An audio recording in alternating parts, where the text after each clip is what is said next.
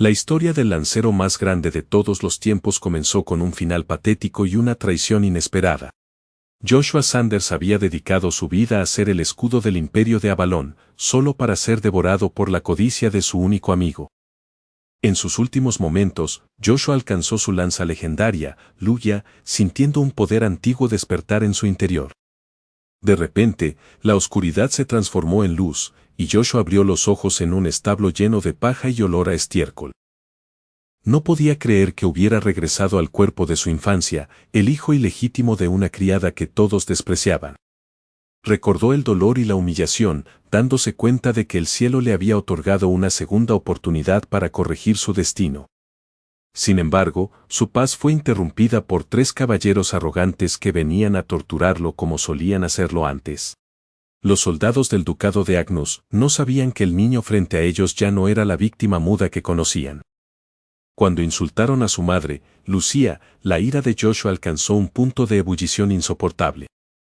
Joshua recolectó el maná del entorno, saltándose años de entrenamiento gracias a las técnicas que dominó en su vida pasada. Con un solo golpe cargado de energía, Joshua mandó a volar al primer caballero, dejando a los demás en un estado de shock absoluto. Rolls, el más cauteloso de los 3, no podía creer que este pequeño monstruo escondiera tal poder dentro de sí mismo. Joshua les advirtió que cualquiera que se atreviera a insultar a su madre nuevamente no sobreviviría para contarlo. Sin embargo, el esfuerzo de usar tanto maná en un cuerpo tan joven fue demasiado, y Joshua cayó al suelo agotado. Los rumores sobre el niño mudo que venció a 3 centuriones se extendieron por el ducado como un incendio forestal. Incluso el duque Agnus, su propio padre, comenzó a interesarse en este hijo que antes consideraba una mancha en su honor. Babilonia, el hijo legítimo y genio del imperio, no podía aceptar que un bastardo de los establos fuera el centro de atención. Joshua fue convocado a la oficina del duque, donde por fin se encontraría cara a cara con el hombre que lo abandonó. El duque Agnus sintió una energía anómala al tocar la mano del niño, una masa pegajosa de poder que nunca había visto. A pesar de no detectar maná convencional, el duque decidió que Joshua viviría en el palacio para ser vigilado de cerca. Esa noche, Joshua se prometió que recuperaría su antigua fuerza antes de que el mundo volviera a sumirse en el caos. Caminando por los terrenos prohibidos del jardín, Joshua descubrió un pasadizo secreto que lo llevaría a su destino. Al usar su sangre para abrir el portal, Joshua regresó a las ruinas donde Luya lo esperaba una vez más. Pero esta vez, Luya no era una lanza, sino una vara de hierro que comenzó a hablar con una voz antigua. Se reveló como un artefacto del dios demoníaco, advirtiendo a Joshua que las energías divina y demoníaca en su cuerpo lo destruirían. Solo alcanzando la 4ª etapa del manejo de la lanza mágica podría Joshua dominar el poder que lo desgarraba por dentro. En un instante, Joshua alcanzó la 1ª etapa, concentrando maná en un solo punto para golpear con la fuerza de una explosión.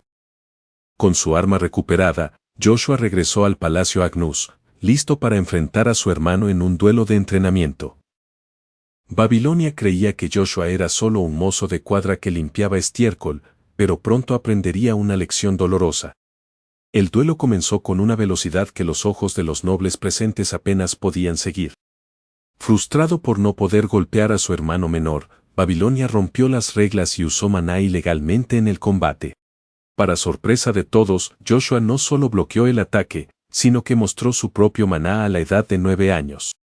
«Es un milagro asombroso», gritó el mago Fonel, al ver a un niño dominar tal energía sin un núcleo formado.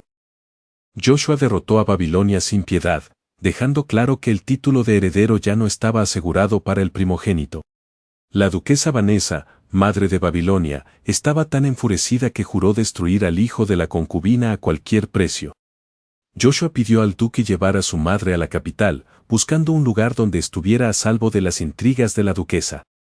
El duque Agnus le entregó un anillo mágico, el anillo del amanecer, que permitiría a Joshua ocultar su identidad.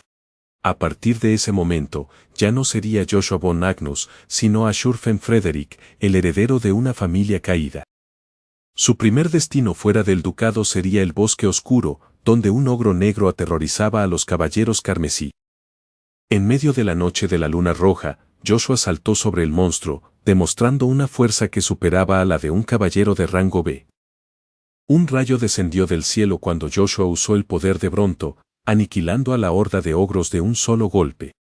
El duque Agnus, al presenciar tal poder, finalmente comprendió que su hijo no era un simple genio, sino un monstruo que cambiaría el mundo. Joshua sabía que este era solo el comienzo, y que su verdadera batalla contra el emperador Marcus apenas estaba por empezar. Los años de entrenamiento en solitario finalmente dieron sus frutos cuando Joshua cumplió la edad para entrar en la Academia de Caballeros. Al cruzar el umbral del patio principal, las miradas de desprecio de los otros nobles no se hicieron esperar. Él no buscaba amigos entre los hijos de los duques, sino soldados que pudieran sobrevivir al apocalipsis que él recordaba. La primera prueba de combate fue contra el instructor jefe, un hombre conocido por su brutalidad con los plebeyos. Sin desenvainar su lanza real, Joshua utilizó un simple palo de madera para derribar al gigante en menos de 3 segundos. El silencio se apoderó de la arena mientras los testigos procesaban la humillación del caballero veterano. Fue en ese momento cuando Joshua divisó a un joven corpulento siendo acosado en una esquina del campo. Reconoció a Cain, quien en su vida pasada fue el escudo humano que salvó a miles de civiles. Joshua le ofreció un lugar a su lado, prometiéndole el poder que su linaje humilde le negaba. Los meses pasaron y el nombre de Joshua Sanders comenzó a resonar en los pasillos del Palacio Imperial. Al graduarse con honores sin precedentes, Joshua fue asignado a la frontera norte, donde los conflictos eran más sangrientos. No fue un accidente, ya que él mismo manipuló las órdenes para estar lejos de la vigilancia del duque de Agnus. En su primera batalla real, la lanza demoníaca Luya despertó de su letargo al oler la sangre de los invasores. Con un solo movimiento circular, Joshua barrió con una fila entera de caballeros acorazados enemigos. Sus propios soldados retrocedieron, asustados por la sed de sangre que emanaba de su joven comandante. Solo Cain se mantuvo firme a su espalda, desviando cada flecha que intentaba interrumpir el baile mortal de su señor. En apenas un año, Joshua fue ascendido a caballero comandante, el más joven en la historia del imperio. Pero mientras el mundo celebraba su heroísmo, Joshua secretamente contactaba con los gremios de asesinos que una vez lo persiguieron. Usó el tesoro del ducado de Agnus, que había estado desviando sutilmente, para comprar la lealtad de las sombras de hierro. El capitán de los asesinos se arrodilló ante él, reconociendo a un depredador mucho más peligroso que cualquier monarca.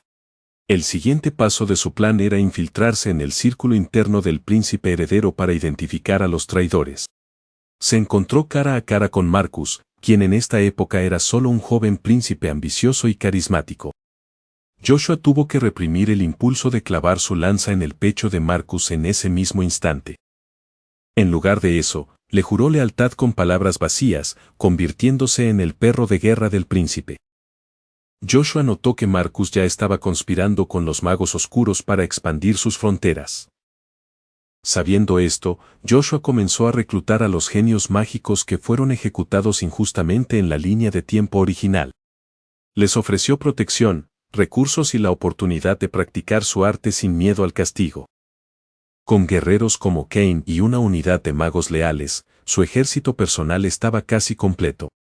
La noticia de una rebelión en las provincias del sur llegó como el pretexto perfecto para demostrar su fuerza absoluta. Joshua lideró la carga, pero esta vez, su lanza Lugia no solo cortaba carne, sino que absorbía el maná de los caídos. El arma demoníaca estaba evolucionando, adaptándose a la fuerza actual de su portador. No dejó rastro de los líderes rebeldes, asegurándose de que nadie pudiera cuestionar su eficiencia militar. Al regresar a la capital, fue recibido como un salvador por la gente común, ganando el corazón del pueblo. Sin embargo, el duque de Agnus, su propio padre, comenzó a verlo no como un hijo, sino como una amenaza a su poder. Joshua anticipó el movimiento y comenzó a plantar pruebas de corrupción en los libros de contabilidad del duque. Si su familia quería jugar a la política, él les enseñaría las reglas de un juego que él ya había perdido y ganado 1000 veces. Los preparativos para la Gran Guerra Continental estaban en su fase final, y Joshua sabía que el detonante estaba cerca. Una noche, un sobre sellado con el emblema de la familia real llegó a su escritorio, pero no venía del príncipe. El mensaje contenía una sola frase: «Sabemos quién eres realmente, viajero del tiempo». Joshua levantó la vista hacia la ventana, dándose cuenta de que alguien más estaba jugando con el destino tanto como él. Una sombra se movió rápidamente entre los tejados de la ciudad, desapareciendo antes de que él pudiera reaccionar. Si su secreto había sido descubierto, todos sus planes de venganza podrían colapsar antes de comenzar la verdadera guerra. Joshua se preguntó si Marcus era realmente el único enemigo del que debía preocuparse en esta nueva vida. Justo en ese momento, las campanas de la catedral comenzaron a sonar desesperadamente, anunciando una tragedia que no figuraba en sus recuerdos. Las campanas de la catedral resonaban como un lamento fúnebre sobre las murallas de la capital imperial. Joshua observó el horizonte mientras apretaba el mango de su lanza con una serenidad aterradora.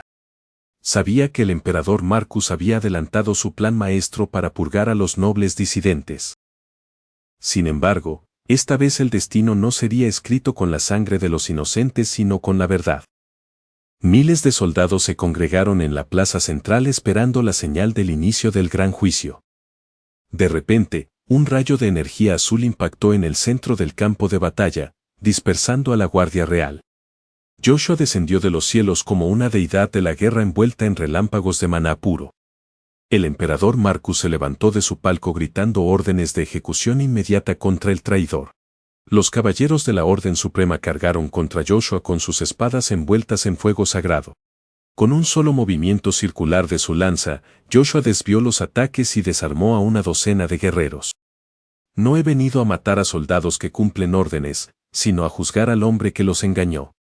Joshua arrojó un pergamino antiguo al aire que se proyectó mágicamente para que todos lo vieran. Las imágenes mostraron los pactos secretos de Marcus con los demonios de la frontera norte.